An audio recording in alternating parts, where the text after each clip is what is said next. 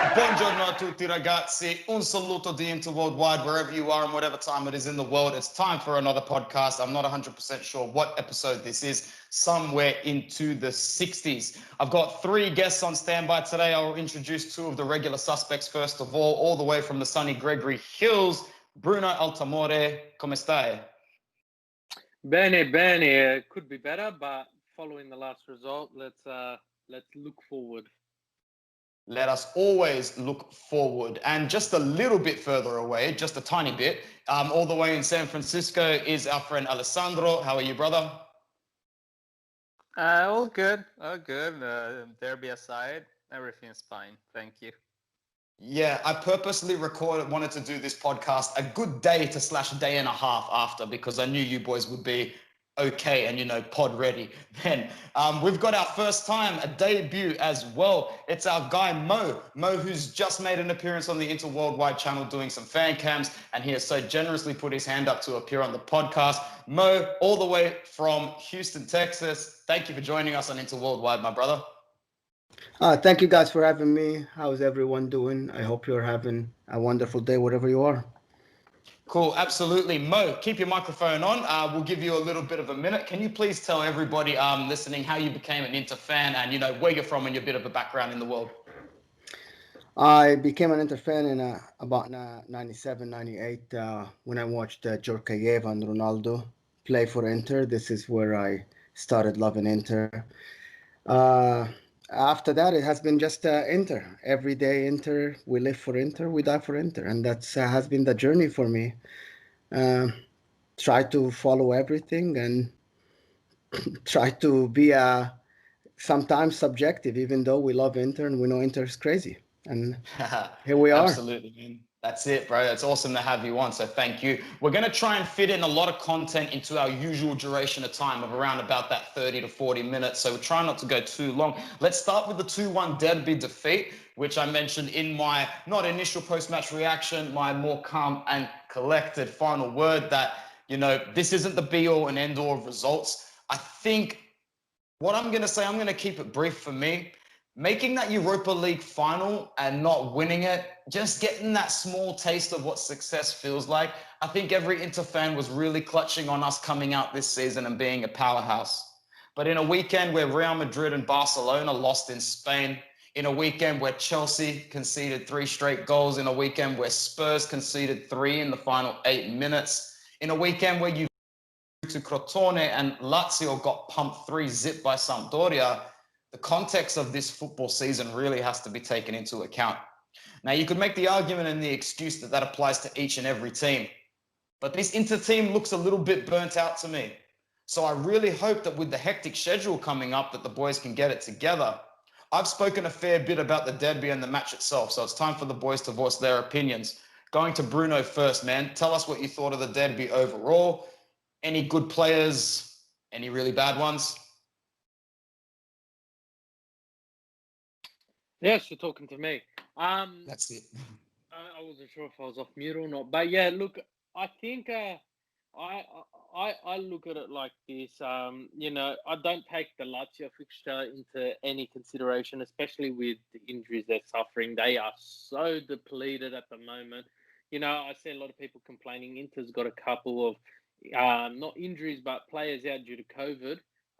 You look at their squad, they were completely depleted. But you know what? As an Inter fan, I don't like to look at how everyone else is doing. I only focus on how we're doing. And yeah, it was a pretty upside down flipped week across all of Europe. But you know what? It's 2020, and I've learned this year you got to expect anything. But looking at the Inter Milan game, it was very unfortunate, the result. I'm not going to say Milan were lucky because they played just as well as what we did. But, it was a very unfortunate result. And you can go all the way back to the initial penalty for Zlatan. Handanovic saved it. And it just landed back at the feet of Zlatan.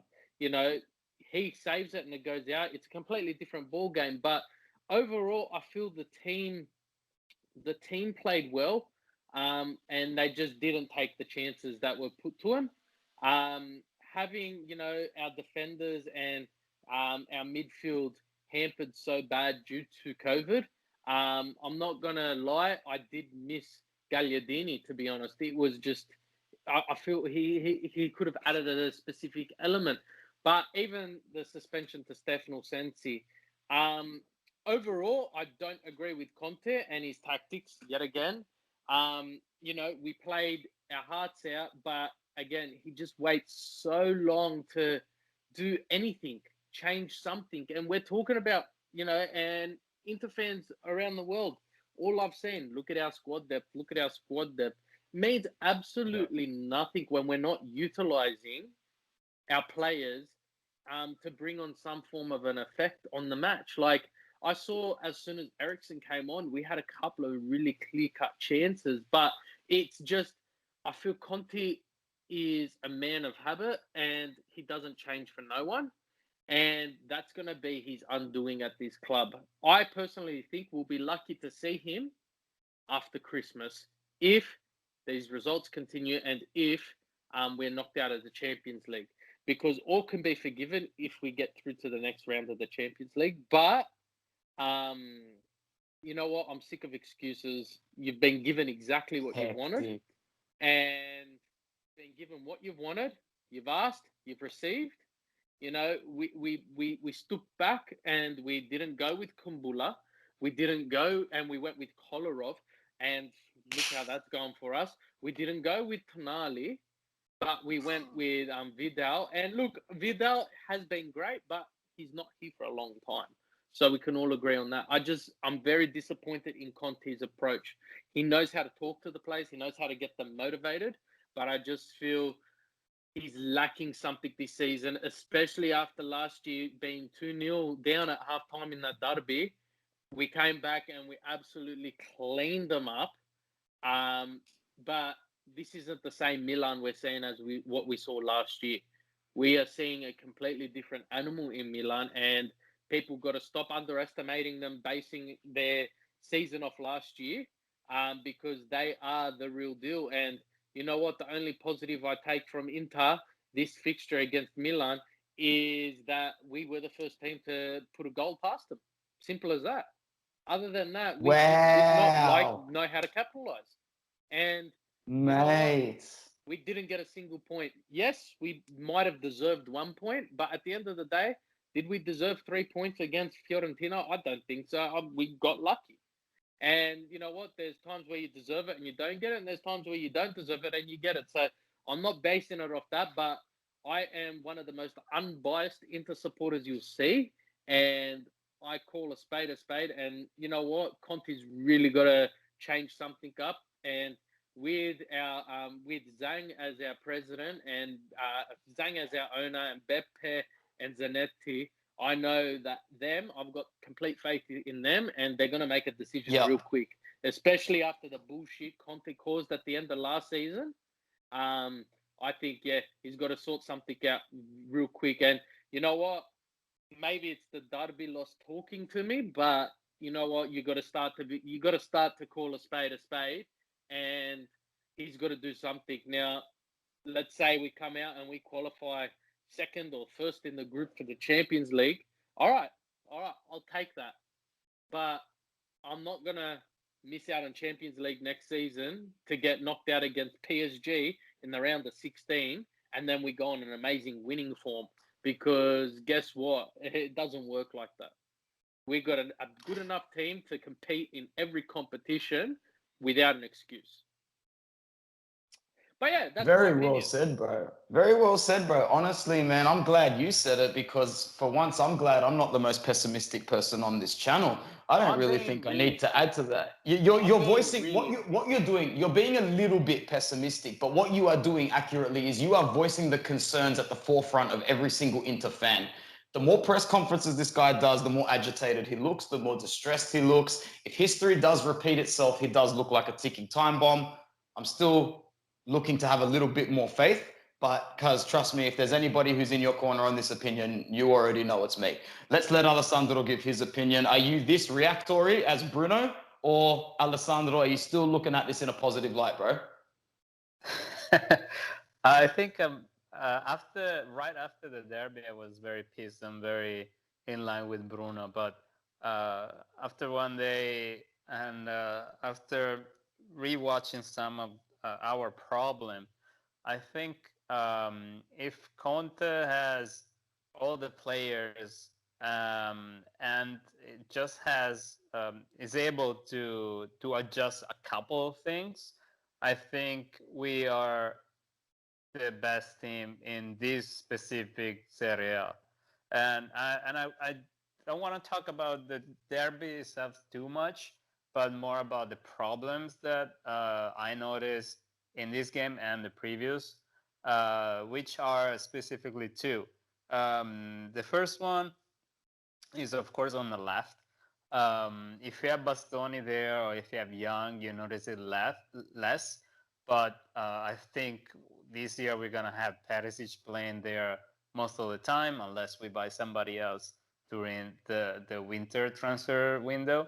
So having Perisic there, he needs to do something very different from what he was doing at Bayern and what he's doing in his national team, where he's basically playing up top the whole time. He needs to come back and balance Hakimi, because Hakimi is just a phenomenal player. It's just another level. And if we can use Hakimi more, that means that somebody on this side needs to stay back, and that's Perisic. So either you change the player or you change the mentality of Perisic. Because if we have both up, then something like the second goal is going to happen more and more and more. And we saw that against Fiorentina. We saw that at the derby. And if something doesn't change, we're going to see it over and over. I think the derby was something that Pioli won. It's not Ibrahimovic. It's not nobody else. That was Pioli's victory, and he started very well. Where was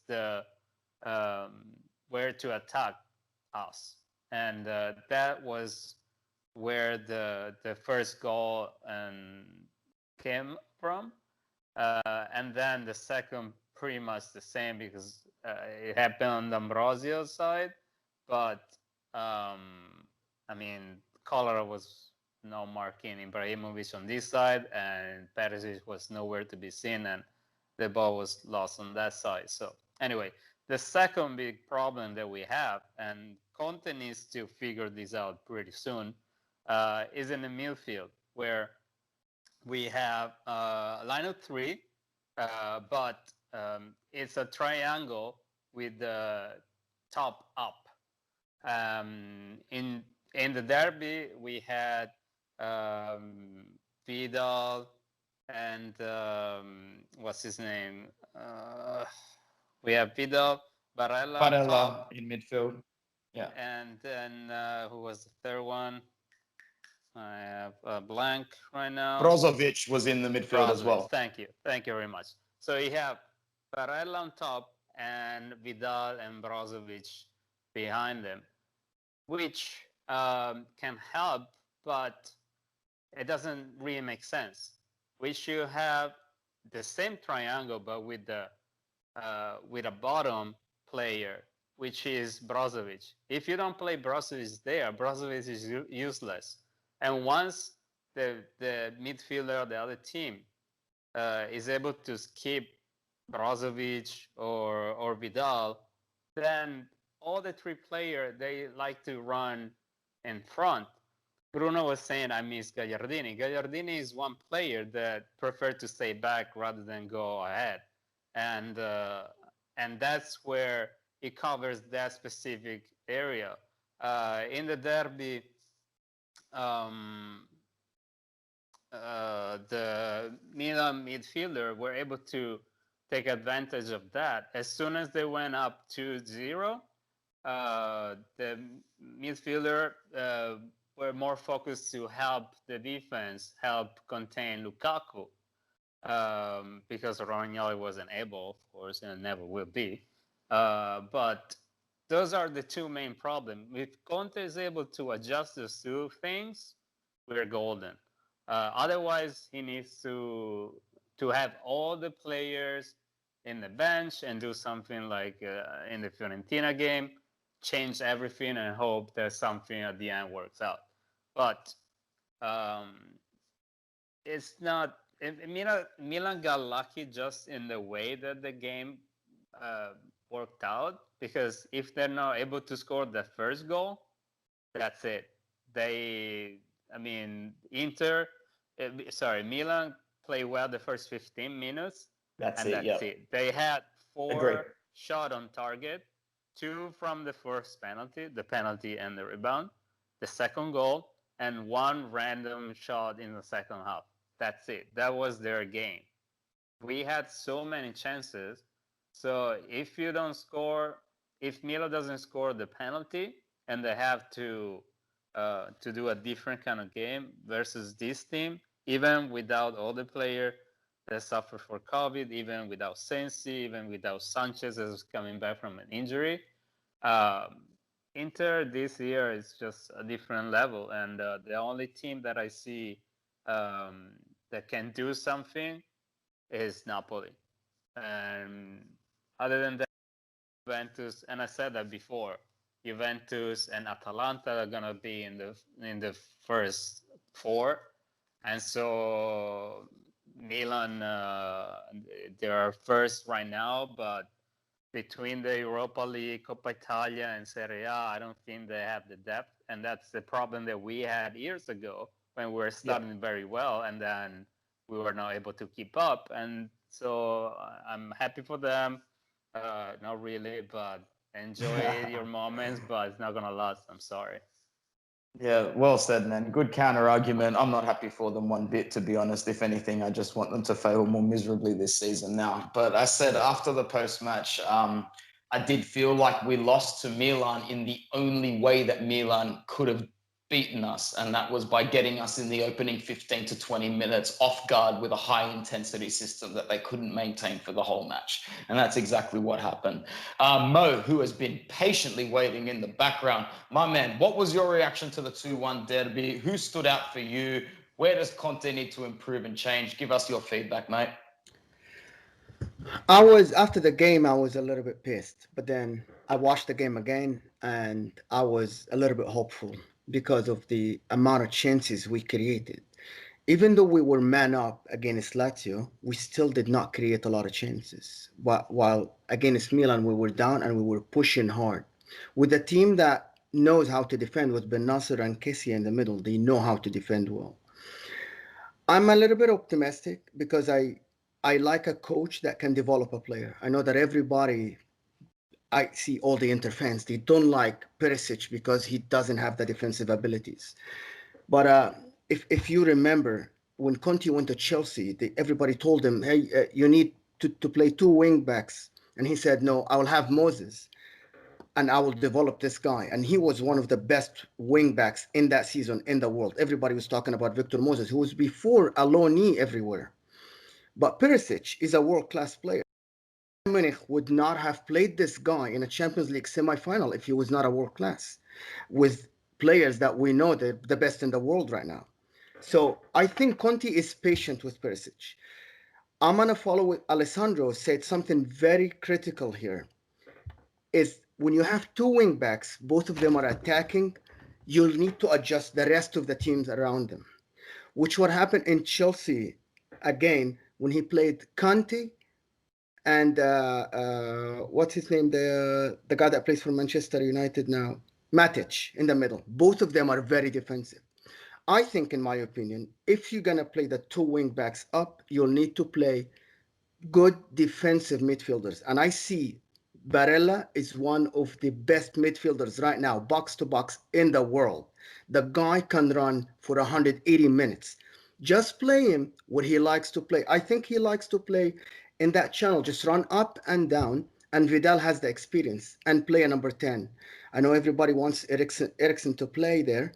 I'm not convinced that Eriksen is suitable for a team that has an average of 60 to 65 of the ball, because Eriksen is a little bit slow, and the Italian league does not have a lot of space for this guy to move around.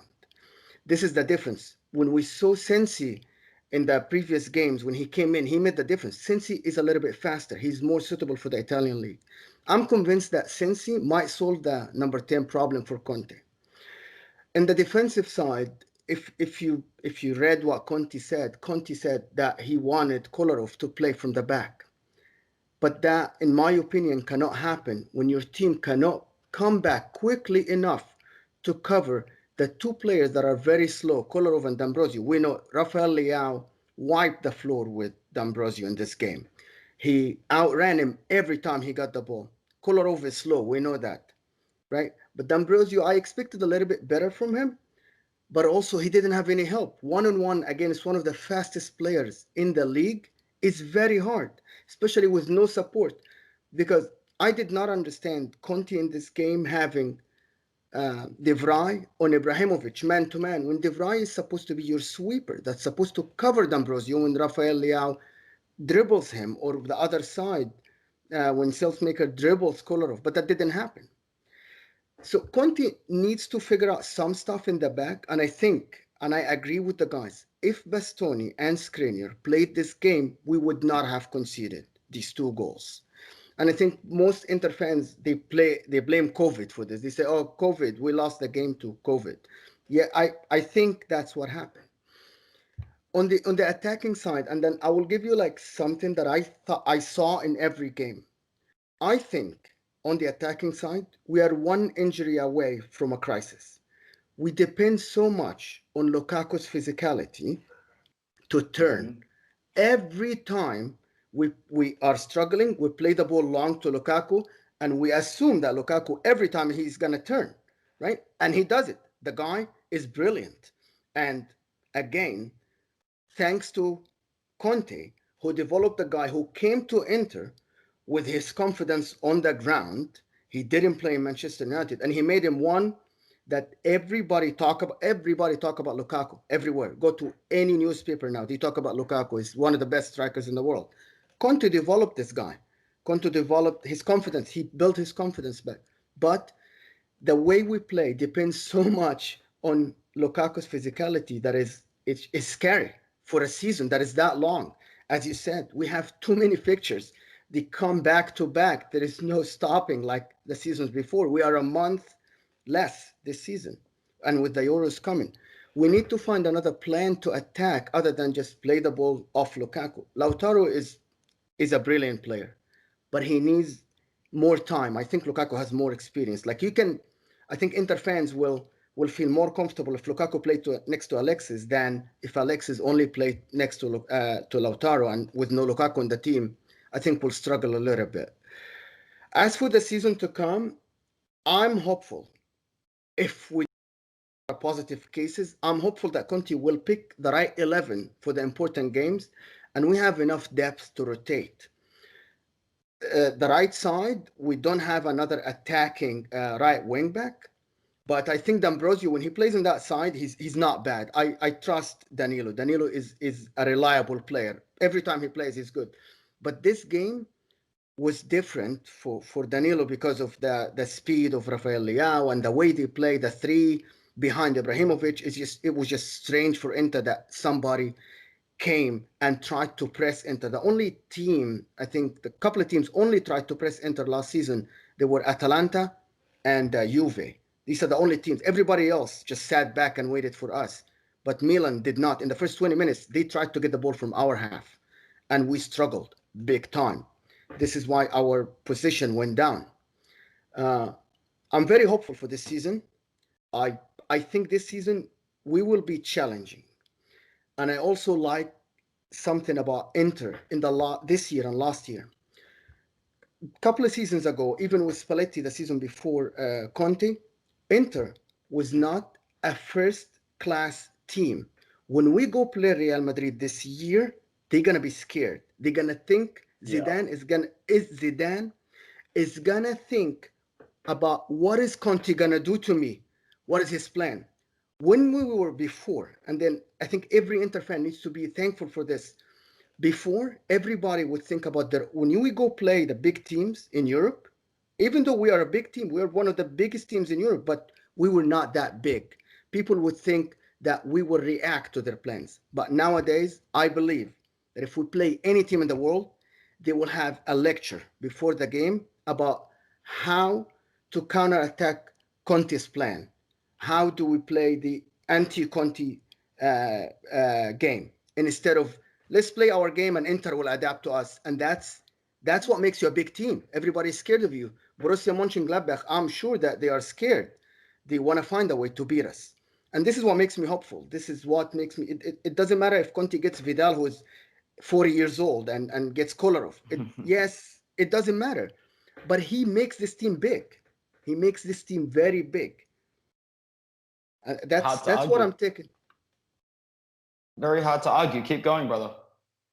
I think in Inter fans need to look at the history. This guy Conte played a very good Euro in 2016 with Eder and Pele as forwards. Come on, guys. Come on. It's laughable that we think that Conte cannot manage these guys. What I think, this is something that I did not read anywhere, and I tried to read a lot of news, and I tried to listen to pundits and everywhere. Everybody thinks that Conte is very stubborn about the plan, and I think we think that too. But if you go back again, half the games in the Premier League winning season for Conte, he played 3-4-3 with two wingers, and I think that this is the reason Perisic is an Inter player. Push comes to shove, and we get an injury, God forbid, I think he will play 3-4-3 straight with two wingers and one forward.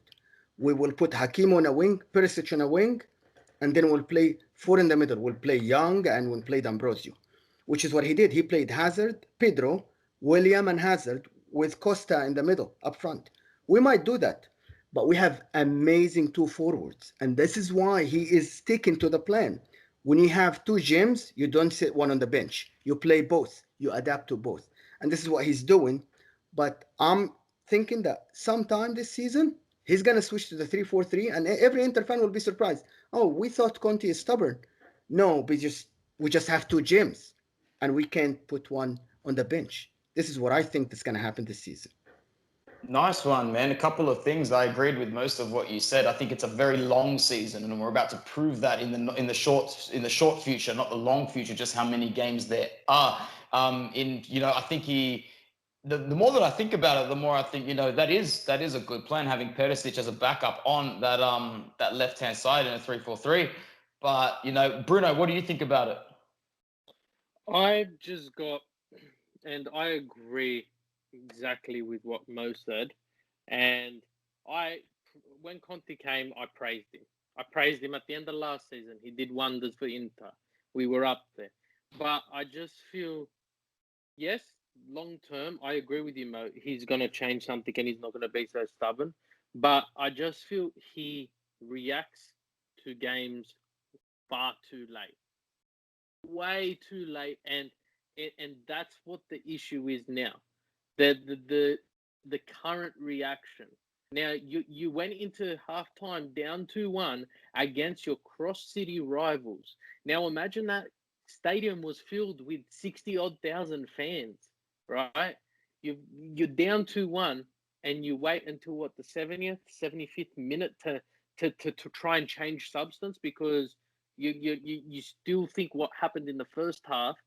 You're gonna, that plan's still gonna work, and I just think that's what needs to happen now.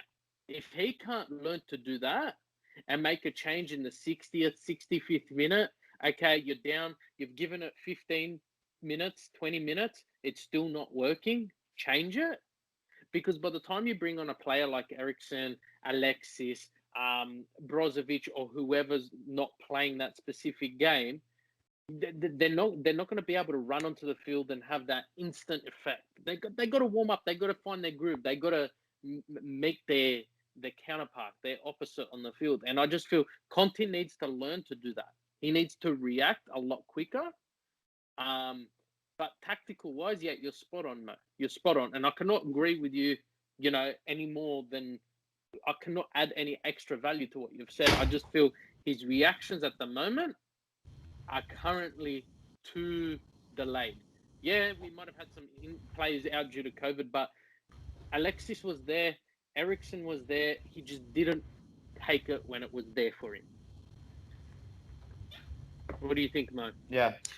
I What do you can I think, add, Mo? I want to add a couple of points. I think we need to remember that Conte is a new coach in the world. He doesn't have Mourinho's experience. Mourinho has been coaching since 2000. The other people has been coaching.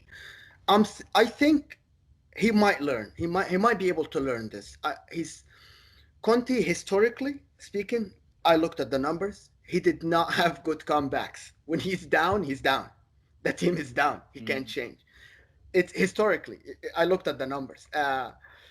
The other thing that I missed something in this derby. We had a lot of minutes in the leagues played during international break. It's ridiculous what happened to our players. Some players played 2 games in 3 days and then they come back and then he's asking Ashraf Hakimi, Morocco, in 2 friendlies, played the guy 90 minutes and 75 minutes.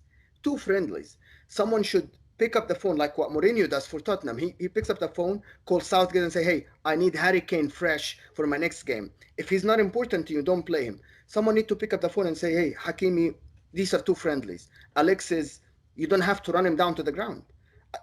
Also, this is a big factor. Our management, and this, by the way, is not Conte's fault. This is management.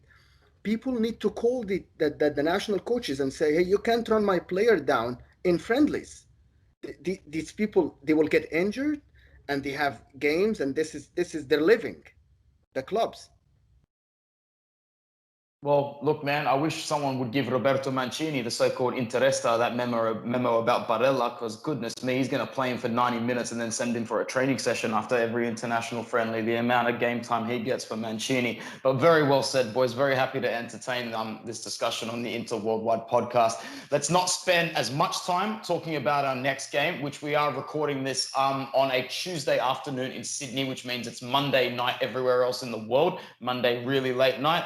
And there's still about 32 hours, 36 hours before the Champions League games. So with that in mind, we take on Borussia Mönchengladbach at home at the San Siro, which is probably really good for us considering our fatigue. We don't need to throw in a travel in there, despite how short the journey is to Germany. But, you know, I'll list a few reasons why I think this is going to be a tough fixture. I think that, you know, Gladbach's German spine will do them a little bit of wonders. Their centre-back, Matthias Ginter, who's at the heart of the defense, is a very, very good player, 26-year-old. They only conceded 40 goals in 34 matches last season, which is actually an astonishing amount. So, you know, good for them. They share the goals around in the team as well. Marcus Thuram and Alassane Pelaye. They scored a lot of goals last season and they'll be no doubt looking to be watched. I'm pretty sure they're both available. They have Switzerland international Bril Embolo. If you boys don't know about him, you are missing out. He's fantastic. And that's not only because I signed him on FIFA 4 years ago in manager mode. He legit is fantastic. I think that we are a little bit nervous as a side, as a team, as a club, as a manager. I think that we will going into this game with a little bit of anxiety, but I think that's when we perform at our best. We're very much a backs against the wall kind of side. We will welcome back Alessandro Bastoni. I don't think Milan Skriniar will be available simply for the fact that he just had a son today. So he might be skipping out on the next fixture. If that makes him available for Genoa, all the better. I don't mind. But in terms of other players who are available, Raja Nainggolan should be back. And Roberto Gagliardini should be back. Don't quote me on the last one. It could just be Nainggolan. In terms of Ashley Young, I'm not 100% sure if he's still available. I really hope he is because his experience and pedigree is very much needed in matches like this. I personally hope that Alexis Sanchez sees minutes. I really want to see him score and start getting into the groove. How we approach this match, in my opinion, should be a rotational scale of who didn't have minutes for the Milan derby, whilst keeping your essentials of Stefan de Vrij, Samir Handanovic, Nicolo Barella, and Romelu Lukaku, and Achraf Hakimi. The rest are interchangeable for me. From Perisic to Brozovic, even to Vidal. I would start Vidal, but he's slightly interchangeable. I believe Stefano Sensi is available for this match because he's on the sidelines for suspension in Serie A for his non-existent slap. I'll cross over to Alessandro first to talk about Monchengladbach. It's also important to remember we own Valentino Lazzaro, who will be playing for them, but not on the pitch. He'll be on the sideline. He has missed every single fixture this season. That's pretty much it from me. In terms of Mönchengladbach, they sit 11th in the Bundesliga, 4 games played, 1 win, 2 draws, and 1 loss. They don't look too crash hot, but German sides are no easy beat. Alessandro, off you go. Sure. As you were saying, Bastoni is back for sure. Sainz is back for sure. I'm not so confident about Nainggolan, Skriniar, and Gagliardini. I didn't see anywhere any negative test in news or anything like that. So at the moment, none of them. Nainggolan posted on his Instagram story that he was negative. I'm not too sure if that means he can play against Mönchengladbach, but yeah, he posted that on his story. I think they need 2 negative now with the new regulations, but I don't know if it's just for Serie A or if it's UEFA as well. But I hope he's back anyway. I don't know if he was able to train during this time. So that's another question mark, but it's good to have somebody else on the bench anyway. The only thing I want to say, I think this is going to be a game very similar to the derby. First of all, for the formation, they're going to play a similar formation with 4 in the back, and then Zakaria basically will take the role of Cassie, playing pretty much the same, and they're gonna have play in as a main focus in attack, and Thuram and Embolo or Herman playing on the other side. The only thing that is slightly different, I never saw them playing this season, to be honest, but last season there were moments where they were switching formation, going back to a 4-4-2 or a 4-2-2-2, and when they were doing this kind of movement on the field, they were not so fluent, and there was a little bit of confusion, and that's where basically they were conceding goals. So we need to be careful, especially at the beginning. They like to press very high on the field, like Milan did exactly. And so we need to pay attention at the beginning, and then also attack them when they try to switch formation, and they like to attack more in the center on the field instead of on the side. So hopefully Hakimi will be crucial in this game. Yeah, well said. A lot of tactical analysis and a lot of team news regarding Mönchengladbach. So, Bruno, I'm going to actually ask you a direct question that I want you to answer for your turn, man. How important, brother, is it to get 3 points against Mönchengladbach in the first game, considering we've got 2 fixtures lined up against the likes of Real Madrid? And, let's face it, there's no such thing as an easy fixture in the Champions League. So, Bruno, how badly do we need to win this first game, mate? Look, historically, Inter's struggled in their first games in Champions League. We came back 2 years ago against PSV Eindhoven. I think we drew last year our first game against Slavia Praha.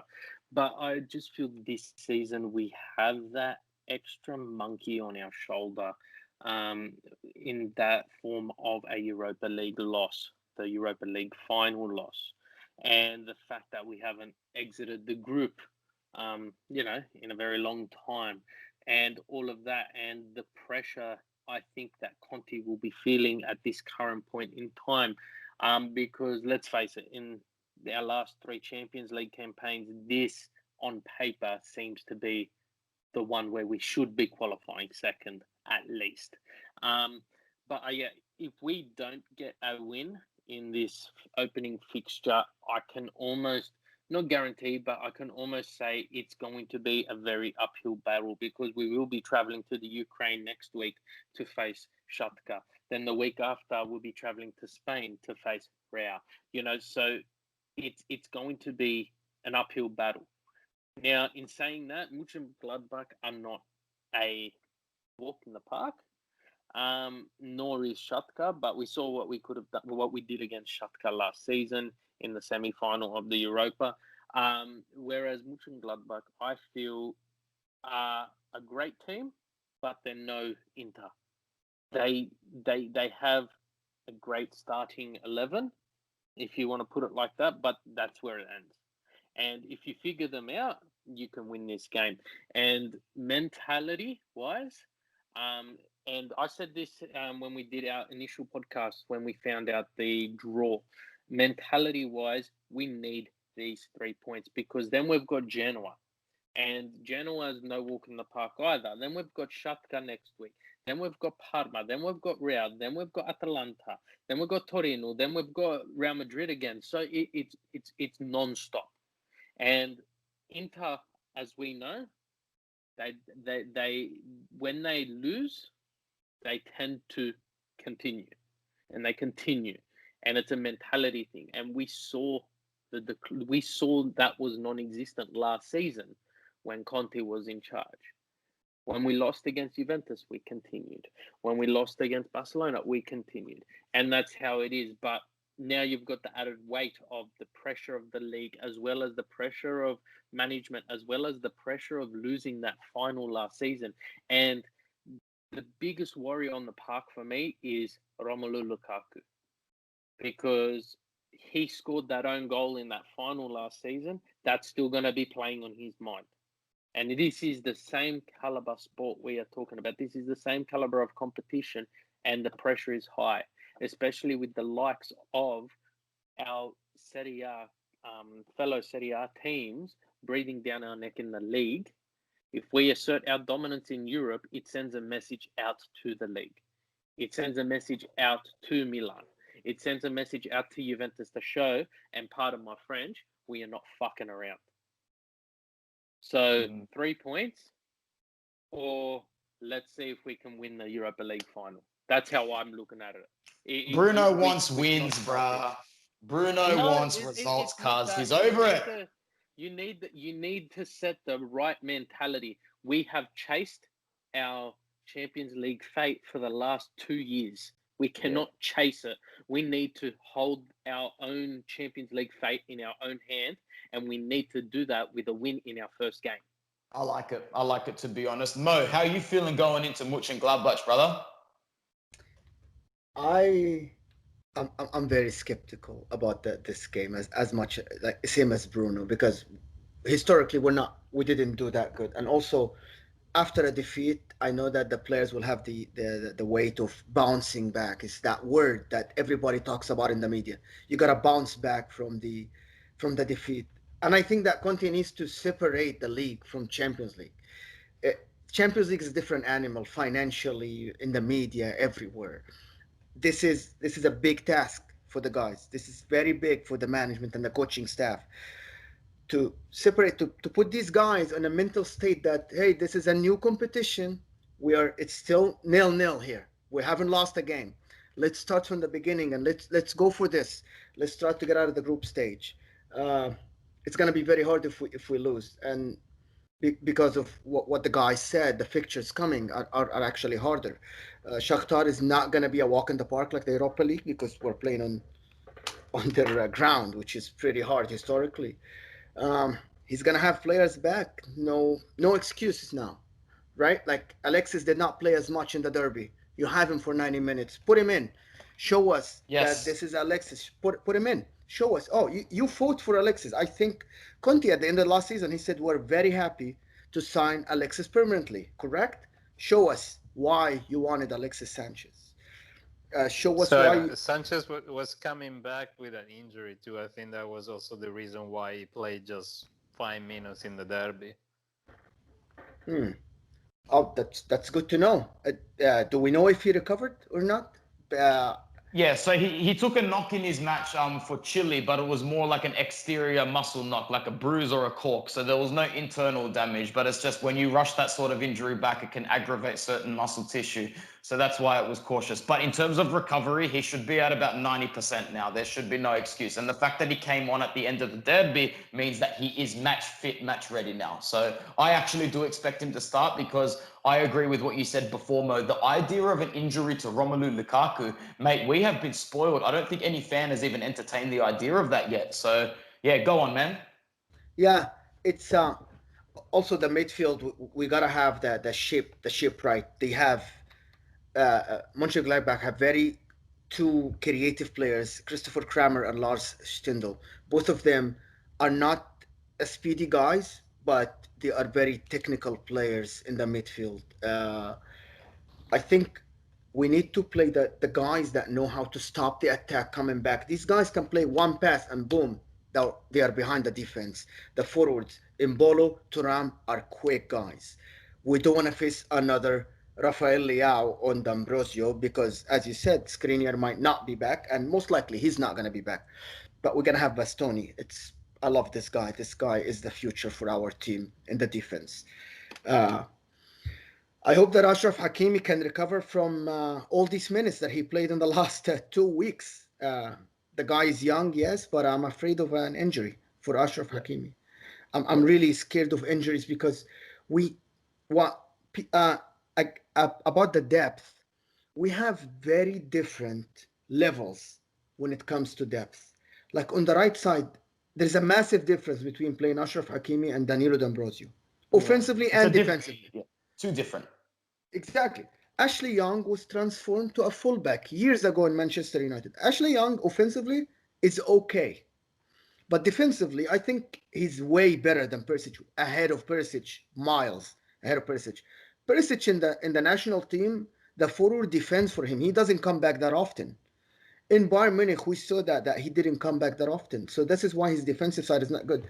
So our depth doesn't give us the same criteria of a player. It gives us a different player completely.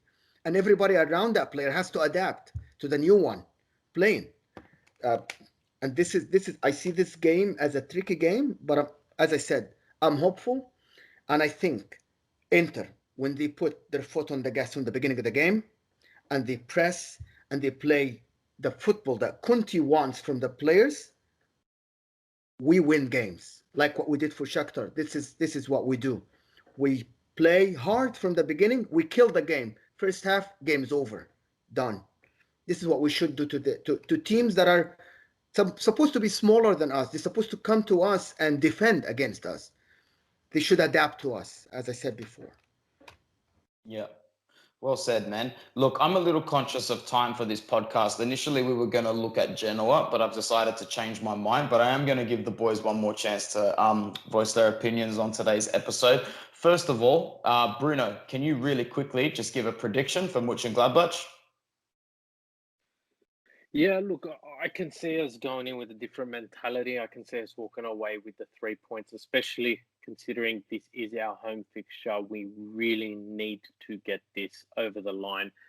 So I'm saying 2-1, 2-0, something along those lines. More preferably, I could see it being a 2-0. But yeah, I'm pretty confident. Ale, what do you think? What's your quick prediction? I hope for a 2-1, but I say 2-2.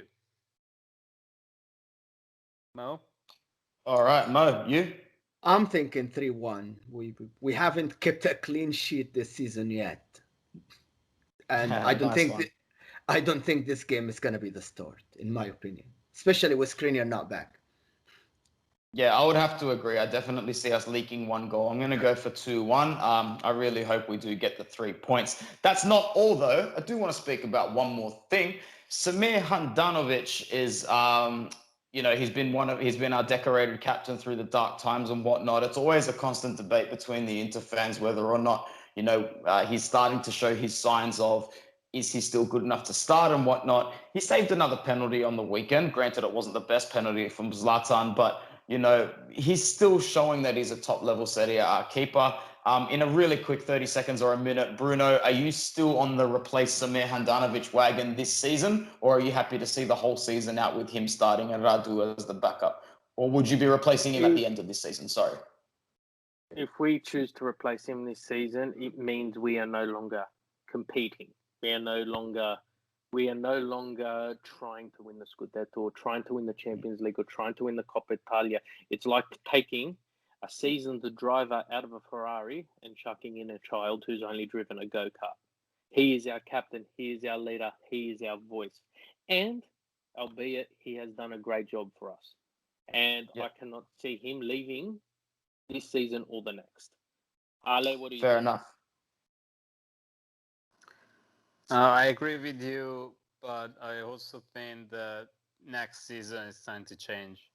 I mean, you cannot at this point change captain and goalkeeper mid-season, but it would be nice to have a solid plan for the future, because if we do something like Juventus did between Buffon and Szczesny, where they had Szczesny on the bench initially, and then at the end of the season, Szczesny was in the starting 11 and Buffon was on the bench.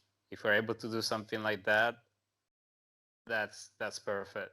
If we have to start over from scratch in the season, meaning Handanovic plays this season, in the summer we buy a new goalkeeper and he start in the starting 11 next season, that's not so good. We need something that can ease in Handanovic's shoes or gloves in this case. Nice one. And Mo, your quick opinion on Handanovic. Where do you stand on him, mate? I think it's a transition. And if Rado is the transition, if the club is planning to have Rado as the replacement for Handanovic, he needs to get some games. It's the same as what we did with Toldo and Julio Cesar back in the days. But if he's not, the club needs to have the finance to go and buy the $50-60 million goalie. This is it. You cannot get a $20 million goalie next season and tell him, hey, you're the starter for Inter Milan. That's not going to happen. It cannot happen. It's either a transition now or big money in the summer. Yeah, fair enough. I hate how much goalkeepers cost these days, man. It's like a cardinal sin in the sport to me. Just look at Kepa Arrizabalaga for Chelsea. It's an absolute horror show at the moment, but we'll see what happens there. Guys, we have crammed a lot into the 52 minutes that we have been talking. So I just want to thank all my guests and thank you all for listening as well. Bruno, thanks for coming on Inter Worldwide again today. We will no doubt speak soon. Thank you for having me. Always a pleasure. Forza Inter. Forza Inter. Alessandro, all the way from San Francisco. Thanks for putting in the late shift once again, mate. Oh, no problem. Thank you, guys. Anytime. And Mo, thank you for your debut on Inter Worldwide, and we'll be definitely hearing more of you again soon, mate. Thank you so much for your awesome and valued opinions. Thank you guys for having me. It was always a pleasure to talk to Inter fans. Absolutely, man. And from all of us here at Inter Worldwide, Forza Inter, ciao ragazzi.